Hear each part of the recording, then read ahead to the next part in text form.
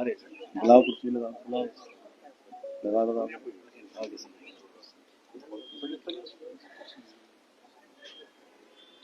कुर्सी लगाओ, आओ शांति।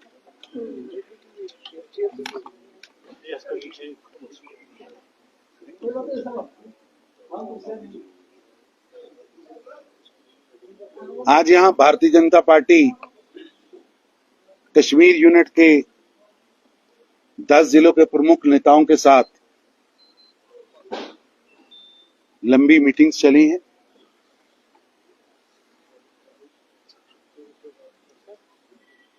भारतीय जनता पार्टी जम्मू कश्मीर के अंदर पूरी तरह चुनाव की तैयारी में जुटी है। कुछ कार्यकर्ता चुनाव लड़ेंगे, कुछ कार्यकर्ता चुनाव का प्रबंधन करेंगे।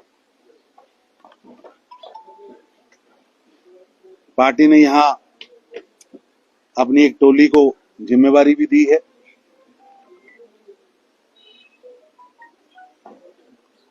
यहां चुनाव का प्रथम चरण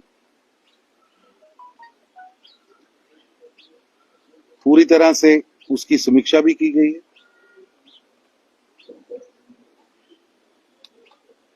अगले चरण में कैसे चुनाव लड़ना है, कौन कौन से प्रत्याशी होने चाहिए, कैसे होने चाहिए, उसके ऊपर भी काफी चर्चा हुई है। सभी प्रमुख नेताओं से उनकी राय भी ली गई है। भारतीय जनता पार्टी जम्मू कश्मीर के अंदर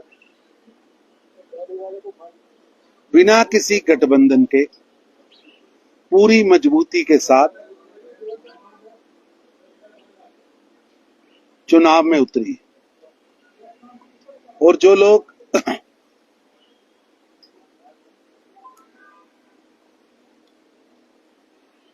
पाकिस्तान का राग गाते रहे,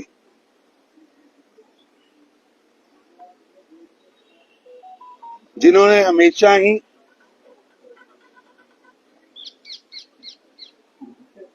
जम्मू कश्मीर के नागरिकों को भाई भाई को लड़ाने का प्रयास किया, वो आजकल एकता अखंडता के नाम पर वोट मांगते हैं।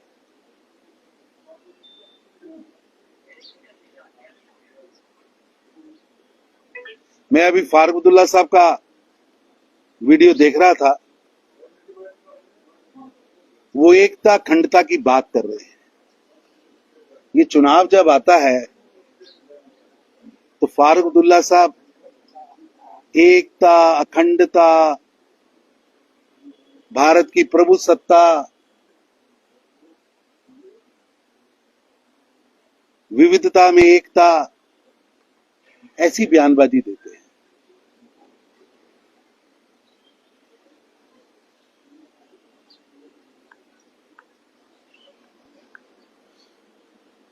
आजकल वो घड़ियाली आंसू बहा रहे हैं। पर मैं पूछना चाहता हूं उनसे कि जब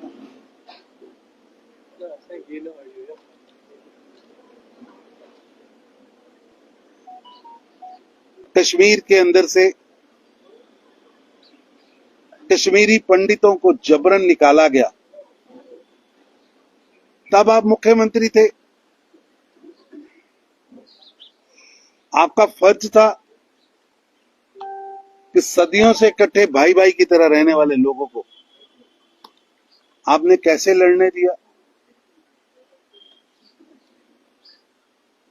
आज आप फिल्मी ड्रामा, मैं राइट वर्ड इस्तेमाल कर रहा हूं, फिल्मी ड्रामा रच रहे हैं। जनता जानती है ये आंसू भी घड़ियाली हैं, ये शब्द भी वो जो बोल रहे हैं, जैसे बॉलीवुड हॉलीवुड की फिल्मों के राइटर एक राइटअप देते हैं, वैसे ही फारूक अब्दुल्ला साहब एक फिल्मी पटकथा को पढ़ रहे हैं। क्योंकि उनके हाथ से जम्मू कश्मीर की जनता का विश्वास वो खो चुके हैं। जम्मू कश्मीर की जनता 3 परिवारों से घृणा करती है।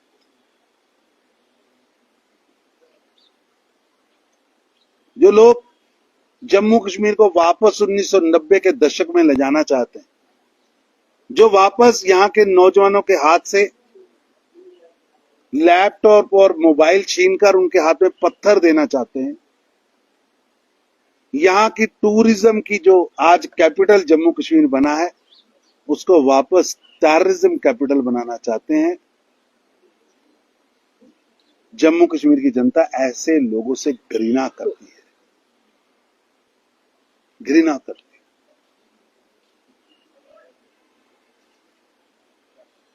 है। एक तरफ तो आप जम्मू कश्मीर के नागरिकों से आरक्षण छीनने की बात कर रहे हैं,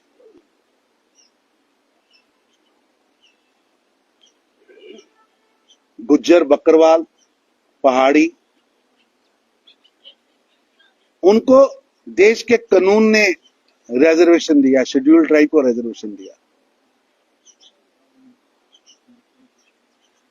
कल उमर अब्दुल्ला साहब ने प्रेस कॉन्फ्रेंस की है, वो कहते हैं हम जिनको आरक्षण मिला है उनसे छीनेंगे। मैं उमर अब्दुल्ला साहब से कहना चाहता हूं, बताइए क्या आप गुज्जर बकरवाल पहाड़ी उनको मिला आरक्षण छीनना चाहते हैं? वापस उनको जो आरक्षण है विद इन डिस्ट्रिक्ट देना चाहते हैं?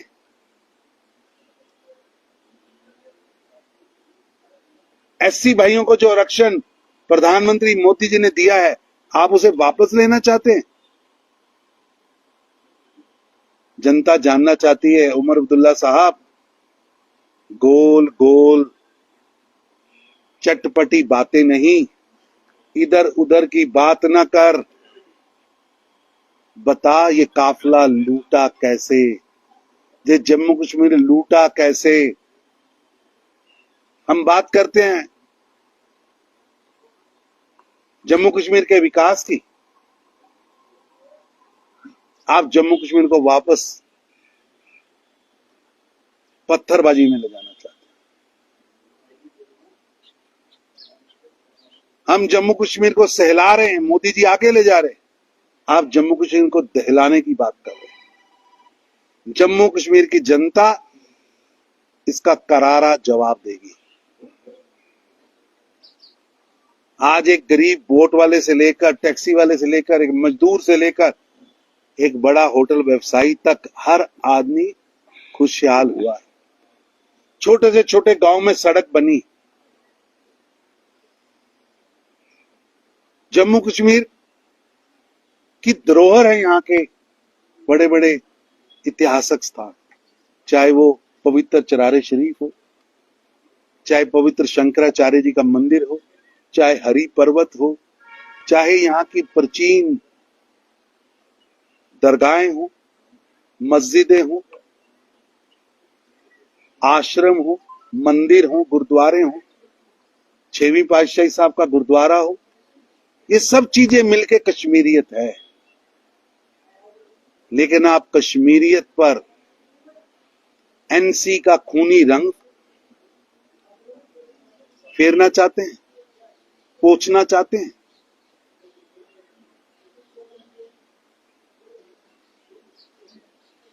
एनसी का मैनिफेस्टो झूठ का पुलिंदा है। एक तरफ आप कह रहे हैं कि 370 और 35 से वापस लाएंगे,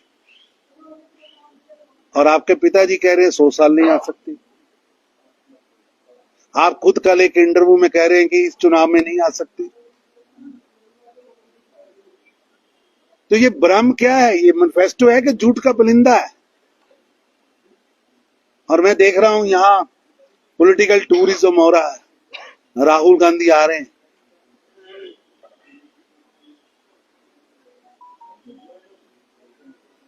वैसे तो जिंदगी के 50 बसंत उन्होंने देखे हैं, लेकिन ये पहले ही 2 बसंत हैं जो वो कश्मीर में आके उन्होंने देखे हैं। 50 साल की जिंदगी में कभी कश्मीर नहीं आए। आज दोनों भाई बहन स्नो बॉल खेलते हैं। ये निशानी है कि जम्मू कश्मीर के अंदर प्रधानमंत्री मोदी जी ने शांति लाई है। ये प्रमाण है, ये सर्टिफिकेट है। और मैंने कहूंगा जम्मू कश्मीर की जनता की ओर से, हर महीने आए, स्नो बॉल खेलें,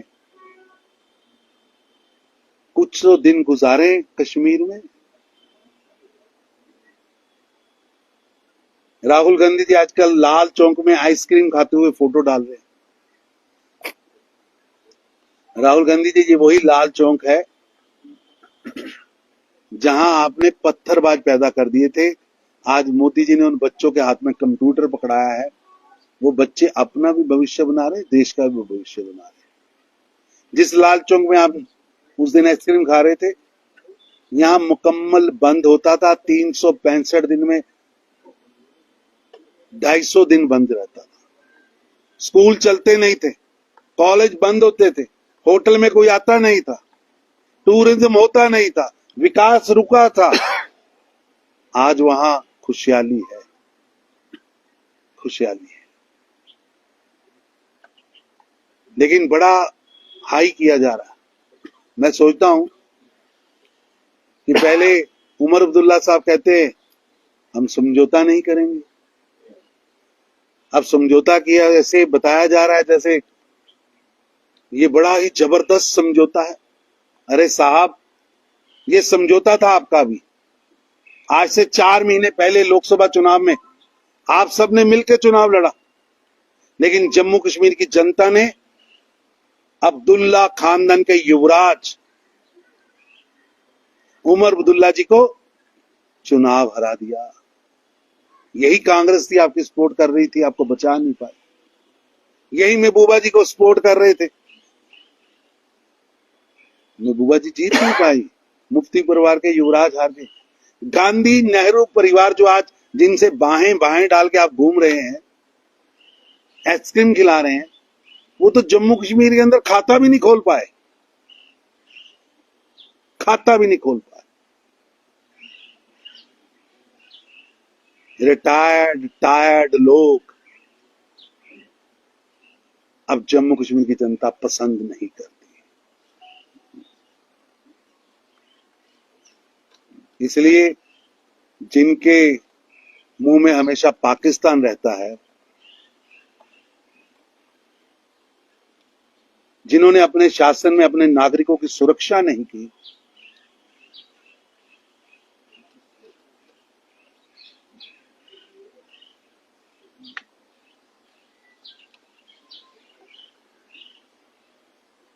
वो लोग जो केवल विधानसभा का मंच का प्रयोग ऑटोनॉमी के लिए करते रहे, आज वो एकता और अखंडता की बातें कर रहे। ये कैसा दोहरा चेहरा, ये आंखों में आंसू घड़ियाली हैं। ये बोले गए शब्द फिल्मी पटकथा की तरह लिखे हुए हैं। ये एक फिल्मी ड्रामेबाजी है जो फारूक अब्दुल्ला और अब्दुल्ला परिवार कर रहा है।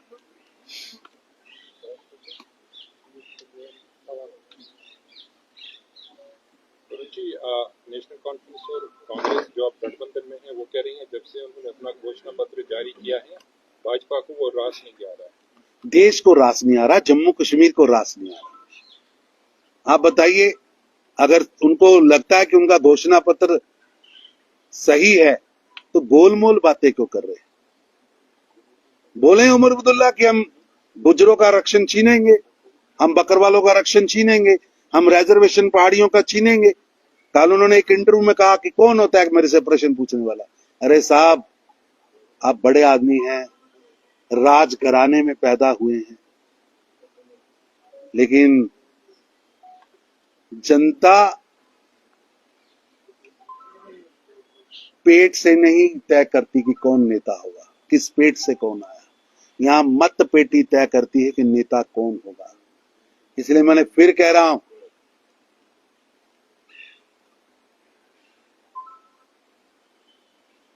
सिविलियन किलिंग सबसे ज्यादा किसके कार्यकाल में हुई? इस प्रश्न का उत्तर दें। सिविलियन किलिंग्स किसके राज में सबसे ज्यादा हुई और किस मुख्यमंत्री के समय में मुख्यमंत्री आवास में भी हत्या हुई? देश जानना चाहता है, जम्मू कश्मीर जानना चाहता है कि किन के हाथ खून से रंगे हैं। इधर उधर की बात ना कर उमर अब्दुल्ला, बता जम्मू कश्मीर लूटा किसने? मैं प्रश्न पूछता हूं, कहते वो पूछने वाले कौन होते? मैं उनसे एक पहला प्रश्न पूछता हूं, क्या आप पहाड़ी गुजरों का रक्षण छीनने वाले हैं? आपका मैनिफेस्टो कह रहा है। गुमसुम क्यों है? क्या आप जम्मू कश्मीर में दोबारा 2 विधान, 2 प्रधान, 2 निशान लाना चाहते? क्योंकि आपका मैनिफेस्टो बोल रहा है, तो स्पष्ट करें। अरुण जी, आप कांग्रेस और नेशनल कॉन्फ्रेंस का ये गठबंधन कहाँ देखते हैं?